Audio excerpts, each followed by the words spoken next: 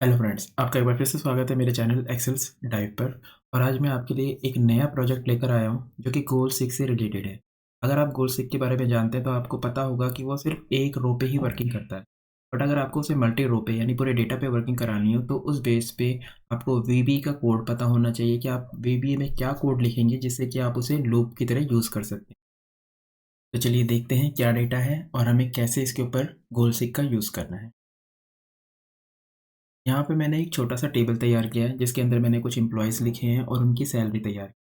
Salary के अंदर issue ये आता है कि कई बार हम एम्प्लॉयी को कुछ कमिटमेंट करते हैं कि उसे इतना सीटीसी मिलेगा। यहाँ पे ये मंथली सीटीसी है, बट उसको हम मैच नहीं कर पाते। मैच इसलिए नहीं कर पाते क्योंकि हमें उसके अंदर बहुत सारे अलाउंस होते हैं जो कि पास करने होते हैं उसके सीटीसी को मैच करने के लिए।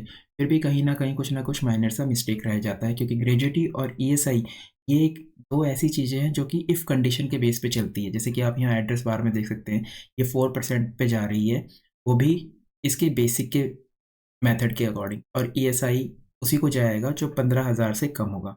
तो इन दोनों का जो कॉम्बिनेशन होता है उसकी वजह से सैलरी मैच नहीं करती। वो कैसे मैच नहीं करती मैं आपको दिखाता हूँ। जैसे यहाँ पे सीटीसी है 13,710 रुपये और यहाँ पे सीटीसी आ गया है 23,000। अब हम इसे कम कर देते हैं। चलिए हम इसे 4,000 कर 4,000 करने पे अब ये गैप जो है ये प्लस में हो गया।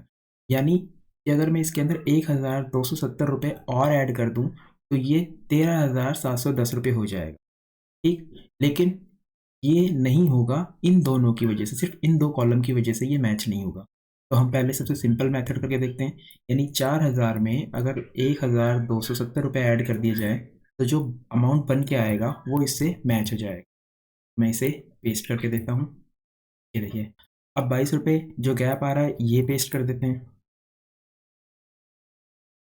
देखिए, अब 0.39 बचा। तो इस तरीके से अगर एक ही पे हम इस 3-3 बार पेस्ट करेंगे, तो हम कब तक पेस्ट करते रहेंगे? तो उस कंडीशन में हमें गोलसिक का फ़ॉर्मूला दिया जाता है जो कि अमाउंट को 1 मिनट में मैच कर देता है।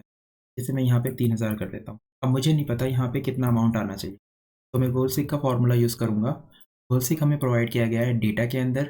डेटा इसमें आएगा व्हाट इफ एनालिसिस और इसमें गोलसिक। आप इसे क्लिक करेंगे, इसमें 3 क्राइटेरिया पास करना होता है। एक सेट कॉलम, ये हमारा है जिसे हमें एग्ज़ैक्ट मैच करना है इससे, और हमें क्या वैल्यू लानी है वो हमें मैन्युअली टाइप करनी होती है। और उसके बाद चेंजिंग सेल जिस पे वैल्यू चेंज हो जाए और हमें कोई फ़र्क ना पड़े लेकिन हमारी 2 कॉलम जो हमने सेट किए हैं वो मैच हो जाए। तो अब मैं इस पे क्लिक करता हूँ, तो आप देखिए ये 3,000 कैसे चेंज हो जाएगा।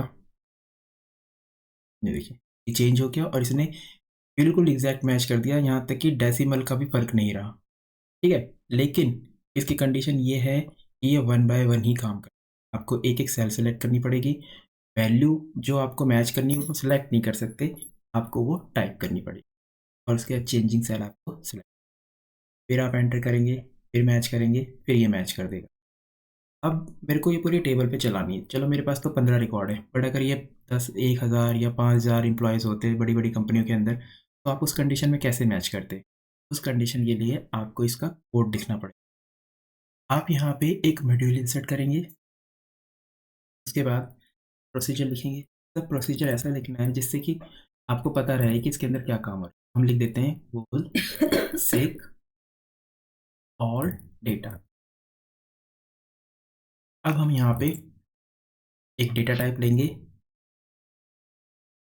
हमें ये पूरे डेटा पे चलाना है, तो इसलिए हमको इसको लूप चलाना होगा। लूप चलाने के लिए पहले तो हमें एक इंटीजर चाहिए होगा और दूसरा कि डेटा कितना है। यहाँ पे तो सिर्फ 16 रिकॉर्ड है, लेकिन हो सकता है ये 1000, 10,000 या लाख में होते, तो उस कंडीशन में इसकी लास्ट रो भी हमें पता होनी चाहिए।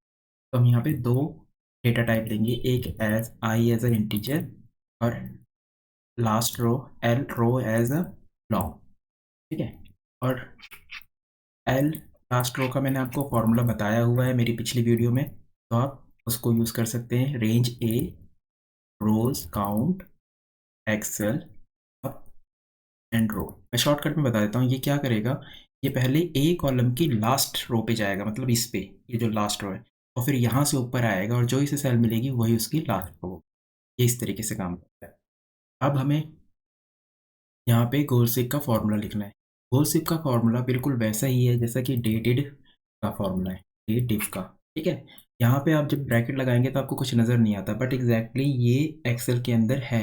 इसका क्राइटेरिया नहीं दिख रहा, बट फॉर्मूला है जिसके बेस पे आप दो डेट के बीच का गैप निकाल सकते हैं। उसी तरीके से जब आप गोल सीक लिखेंगे तो ये आपको नज़र नहीं आएगा। जैसे वर्कशीट लिख के हम फंक्शन लिखते हैं और लुकअप लिखते हैं तो लुकअप लिख जाता है। इस तरीके से आपको गोल सीक नहीं दिखेगा।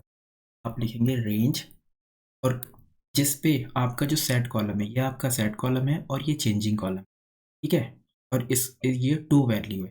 तो गोल सीक के अंदर आप इसके ऊपर लगाओगे फॉर्मूला, जो सेट कॉलम लिखोगे एम आई गोल सीक।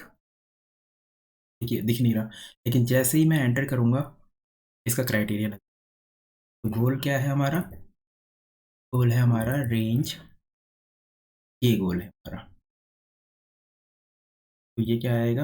ये आएगा ई आई, और उसके बाद चेंजिंग सेल, चेंजिंग, और ये आएगा रेंज आई। आई कॉलम हमें चेंज करना है, ठीक है। तो उसके बाद मैं इसको चेंज कर देता हूँ, सेकंड लाइन में ड्रैग करता हूँ। उसके लिए आपको अंडरस्कोर का यूज़ करना होगा, जहाँ से भी आप चेंज इसे ड्रैग करना। फिर इसे चलाने के लिए हमें एक लूप भी यूज़ करना होगा। तो हम लिखेंगे for loop to to last row, ठीक है। यहाँ पे आ जाएगा लूप को ख़त्म करने। बीच का जो क्राइटेरिया हम इसे आगे कर देते हैं ताकि नज़र आए कि ये लूप के बीच का क्राइटेरिया। ये आपका कोड तैयार हो गया। अब हम इसे मिनिमाइज़ कर लेते हैं। अब ये मैंने कोड मिनिमाइज़ कर दिया। अब मैं इसे रन करूँगा तो आप यहाँ देखेंगे कि ये वाली वैल्यू चेंज होती जाएगी, साथ में कलर के थ्रू भी आपको पता चलता जाएगा। और यहाँ पे जो बैलेंस है ये बैलेंस भी कम होता जाएगा, ज़ीरो होता जाएगा, और ये दोनों मैच हो जाएंगे, और जो मैच होगा वो ग्रीन कलर में आ जाएगा। मैंने कंडीशन फॉर्मेटिंग लगा रखी है ताकि एक बार में ही नज़र आ जाए। तो चलिए इसे रन करके देखते हैं। हम वन बाय वन चलेंगे। पहले दो रिकॉर्ड ऑलरेडी हम चेंज कर चुके हैं तो वो नहीं दिखेंगे। ये देखिए, अब ये तीसरा रिकॉर्ड है, ये चेंज हो गया। चौथा रिकॉर्ड, पांचवा, देखिए ये मैच करता जा रहा है, यहाँ पे जीरो हटता जा रहा है, और ये वैल्यू भी मैच होती जा रही है, और साथ में ये वैल्यू भी आप देख सकते हैं। अब नेक्स्ट वैल्यू क्या है?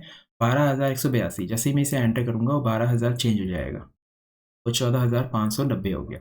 उसी तरीके से 17,620। इस तरीके से गोल सिक का फॉर्मूला आप अगर कोड जानते हैं तो 1 मिनट में आप इस प्रॉब्लम को सॉल्व कर सकते हैं। तो आई होप आपको समझ में आ गया होगा कि गोल सिक का फॉर्मूला कैसे लिखा जाता है वीबीए कोड के अंदर, और आप इसे कैसे यूज़। इसमें सिर्फ 3 क्राइटेरिया हैं जो कि आपको पास आउट। अगर वीडियो अच्छा लगा हो तो प्लीज़ लाइक कीजिए, सब्सक्राइब कीजिए चैनल को, और दोस्तों में शेयर कीजिए। तब तक के लिए बाय, टेक केयर।